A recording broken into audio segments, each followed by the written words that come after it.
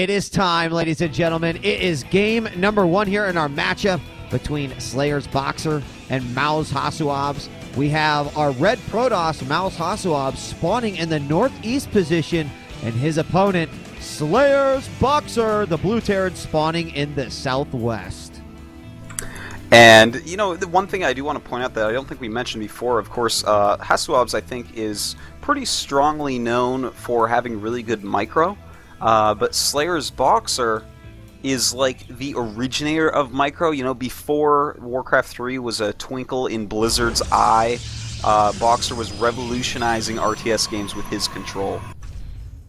And, I mean, you can even go back to what Artosis is saying and find videos on YouTube that pretty much like show some of his greatest moments with the Marine micro and some of the stuff that you do with medics. And if you've never had the opportunity to check that out, you really should just go watch it and just try to appreciate how amazing they are. And, you know, I feel like some of these players that have been known for this, Artosis, you know, maybe it hasn't been so easy to find like the way to use their skills to that effect that they did in StarCraft 1 and here in StarCraft 2, but I do feel like they are starting to. Like, we're really starting to see another, you know, stage as Naruto or, you know, Goga get more and more powerful. It's like all of our players are going through the exact same transformations.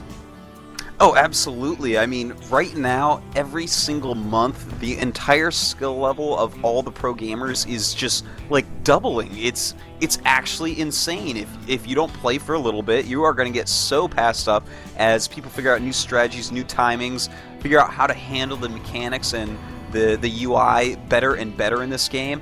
And it's pretty stellar, man. People's APMs are starting to come into play. Their multitaskings are getting taxed. StarCraft 2 is turning into a beautiful game, just like StarCraft 1. Let's talk a little bit, Artosis. Educate us, if you will. You know, we have a TVP matchup. We have these cross positions here on Crevasse, a fairly big map, but let's talk about some of the racial advantages that both of these players may have. Well, you know, both of them can expand pretty quickly, but the thing is that expansion up on the high ground, we see the probe going up there right now, that's kind of far away from the main base, so any medevac drops from BoxeR, and I know that he does love his medevac drops, are going to be really strong against that. You know, if you can draw the units out with a diversion, you know, maybe walk your army through the middle, Protoss like, oh, I have to stand in the front, you know, be ready for this. You can really use drops quite well in that situation. Now, likewise, Protoss is going to want to rely a lot on Colossus and splash damage, or perhaps High Templars in the splash damage, but make no mistake, he's going to need that splash damage, so he's going to want to engage in the smaller corridors of the map. It's only really truly open in the middle. Everywhere else, there's kind of some ramps and little hallways and stuff that are really going to help out HasuObs.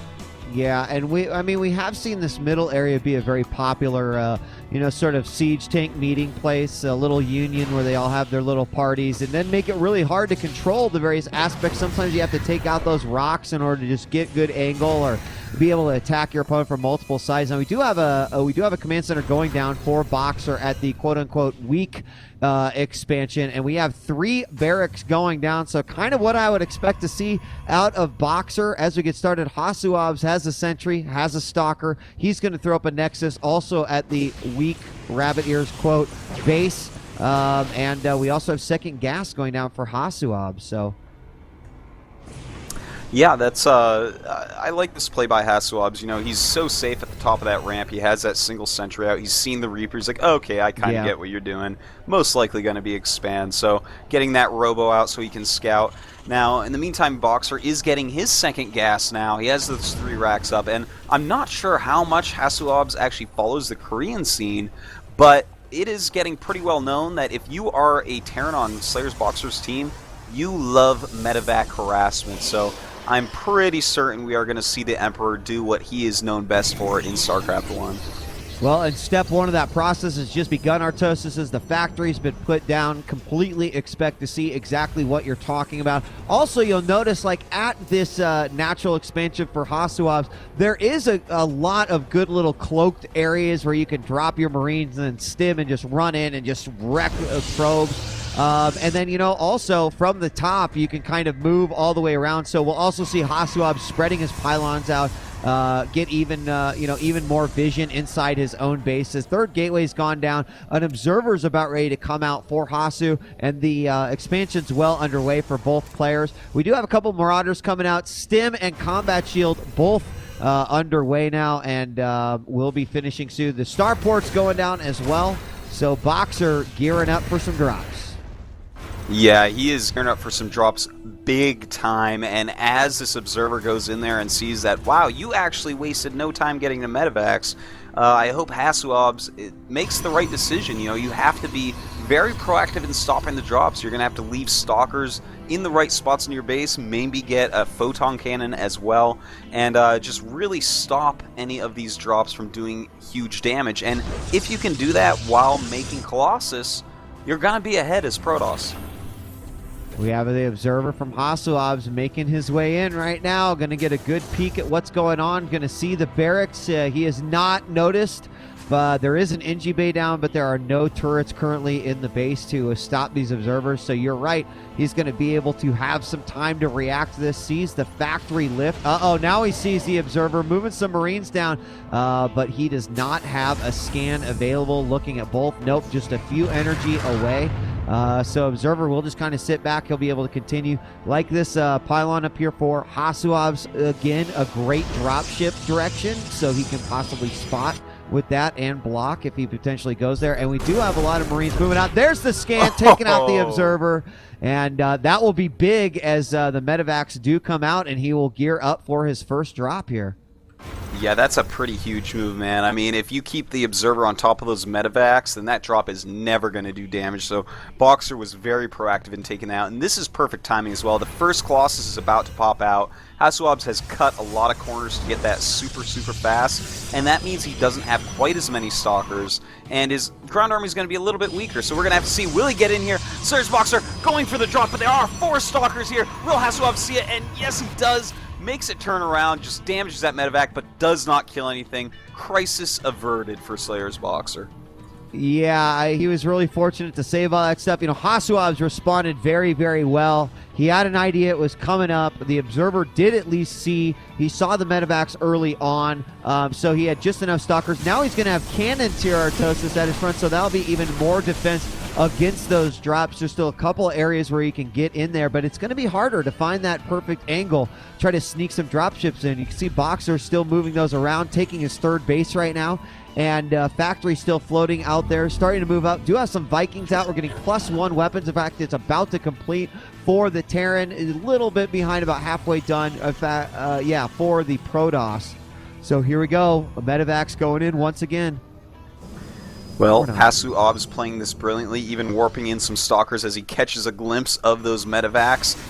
You know, this is exactly what you have to do. He's actually shutting down what SlayerS BoxeR is known for, what he's good at, and most likely his game plan here. You know, he wants to get some drops in. He wants to at least pick off a few probes here and there, have a couple tiny micro battles where he can just edge his way ahead a little bit, and HasuObs is forcing him into a macro game by spending a very simple 300 minerals on those 2 cannons. I love that. Amazing decision there by HasuObs, and they're both just going to go into third bases. Yep, he did not, of course, overmake any cannons there. We do see a Twilight Council going down as well. And the medevacs have all but given up for any sort of drops. Of course, the Viking count is increasing to handle those Colossus. I wouldn't say that his ground army is enormous by any means. And we do have another observer scoping out the army. We have a lot more units coming out. I guess we do have a couple more barracks on the way. Currently up to 6 barracks. And the Ghost Academy is going down right now. But it's still going to be a while before he has those out and ready for battle. Yeah, that is quite right. Now, we do have a couple Colossus in the center from HasuObs. He has a good number of stalkers in there, so those Vikings not going to be quite as useful yet. I'm really excited to see how BoxeR's micro actually stacks up against Thorzane's. We saw perfect control engaging the Protoss Death Ball from Thorzane. If BoxeR can do that as well, we might see that poor HasuObs is in a little bit of trouble. And here he goes. He's actually going up in a snipe. Oh, almost kills it off and forces a stim. Beautiful move. No concussive shells yet.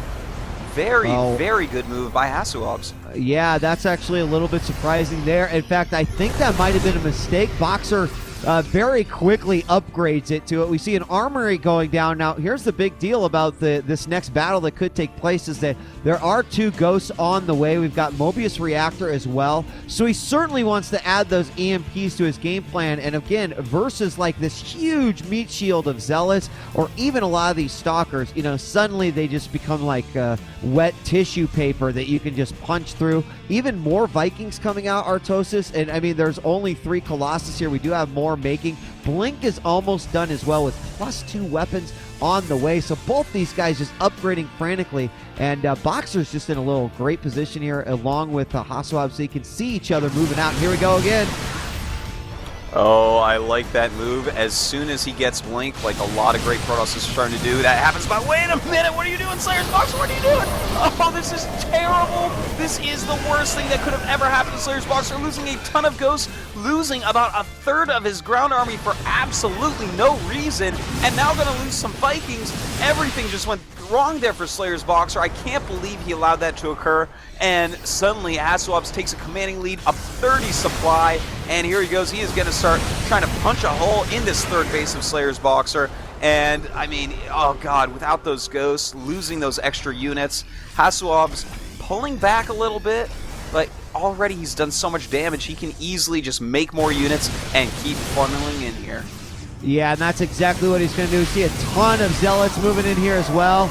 And I just cannot believe that those ghosts just got evaporated. Some more Vikings do come into play. There are only 2 Colossus left. And right now, actually, the angle not working on that ground army, almost focusing exclusively on those Vikings. And that actually gave BoxeR an advantage there. There's still a couple of Zealots left. A few SCVs lost right there, but HasuObs, I feel like he should have won that battle, but he just he just frankly didn't. What do you break that one down? That's a hard one to break down, actually. Yeah, as you said, he was really targeting down the Vikings, which can be okay, but he didn't really have a lot of speed lots. He didn't really use Guardian Shield perfectly, nor his force fields. You know, you're supposed to kind of clump up the Terran army a little bit with force fields, or at least hold them back so that they can't start actually engaging your expensive units such as Stalkers and Colossus, and he just kind of do that. But look at that, a beautiful snipe on the command center by HasuObs while he does take the top left of the map, and it's becoming a little bit of a closer game now, but I still feel like despite losing that battle, HasuObs has to feel pretty good about where he is. Yeah, I mean, he is a lot further in supply right now, up 22 supply over SlayerS BoxeR. He's taken this base up in the far northwest corner, which, of course, unless the dropships come back out, which doesn't necessarily look like a SlayerS focus right now, or a BoxeR focus right now, it's probably going to just go ahead and operate up there, feeding a lot of gas and minerals to the Protoss opponent. We got High Templar coming out, more ghosts on the way, but I've yet to see an EMP even land. No, I haven't seen any of that, and the probe's going through the center, bad AI on those probes, but he does get him away. Now, something very interesting to note is that SlayerS BoxeR's medevacs have almost no energy on them, and he's producing a lot of Vikings now, so he's going to have a hard time healing up, and against Colossus, upgraded Charge Zealots, Blink Stalkers, Psystorm, this is going to be an uphill battle, especially when, as you said, he has less supply than HasuObs at this point. It's looking like a very rough position here for BoxeR, and he's not being very proactive in expanding more or attacking anywhere. And it looks like we are going to see HasuObs move forward. Blinks his Stalkers out of position. Gets some great storms down as the Zealots rip through a lot of these Marauders. So much damage going down. The Vikings do go ahead and take out all of those Colossus, but look at these Zealots. All of them just so hurt.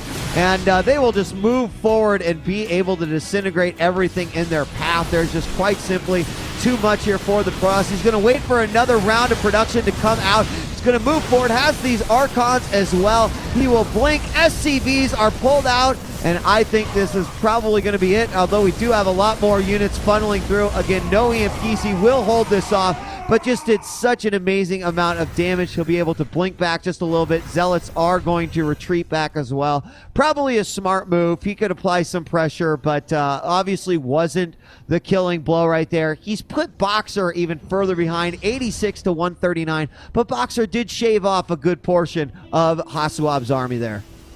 He certainly did, but in doing so, he lost a lot of SCVs. He's down to 38 SCVs against 70 probes, so so far behind economically. Even had to cancel that command center he was making. Right now, his main base is mined out. His little tiny natural base on the cliff is just about mined out, and you know, the one at the natural, some of his patches are almost gone from mule usage. In the meantime, HasuObs, you know, he's making another base. It's going to be base number 5. He's got healthy mining all over the place. He's adding more and more warp gates. This is almost an impossible situation for BoxeR to come back from. Yeah, I mean, he would have to eliminate those northwestern expansions, and all of his focus is on this army from HasuObs, because it must just be this feeling of impending doom, like any moment he's going to attack, and I have to be ready for it. The problem is while that's happening, his opponent is just getting so far ahead, and we are going to see a little group move forward. Will that split up the army of HasuObs? This is actually something that BoxeR really needs right now, and it does look like it will. Oh my God, so many zealots. That was a greeting that BoxeR did not want to have. His medevac gets taken out, and of course, he's having to juggle between the medevac and the Viking production, as you mentioned earlier. No chance of drops getting anywhere through here. This is just looking like more and more suffocation here against BoxeR. Yeah, BoxeR is starving at this point. He needs more bases. He's actually at 109 supply against 196, and I think this is going to be the final battle. That is a ton of zealots. All he needs to do at this point is attack. HasuObs has pretty much got this harassing BoxeR's expansion with that Colossus. Now bringing it back down. Here come the ghosts, and we do have some feedback going off, but does land some as well. And I think this is just going to be way, way too much, despite that BoxeR taking out that single Colossus. Some very good micro, but just too much from HasuObs. And I think this is the end of game 1 for SlayerS BoxeR. Yeah, Zealots now ripping through the SCVs. Moving forward, BoxeR has to say GG, and game number 1 does go to mouz HasuObs. And just breaking that down a little bit, for whatever reason, we're still in this. There we go. Okay, the game's now over. You know, it all seemed like it came down. The one falter that really allowed HasuObs to take the lead was that small little skirmish in the middle, Artosis, where BoxeR lost 3 ghosts that did not do anything. You know, they even had full energy as they died. It seems to me like it just kind of got lured up. It was like a little, maybe a third of his army, and HasuObs just jumped all over it, man. He force fielded the hell out of it. They couldn't run away.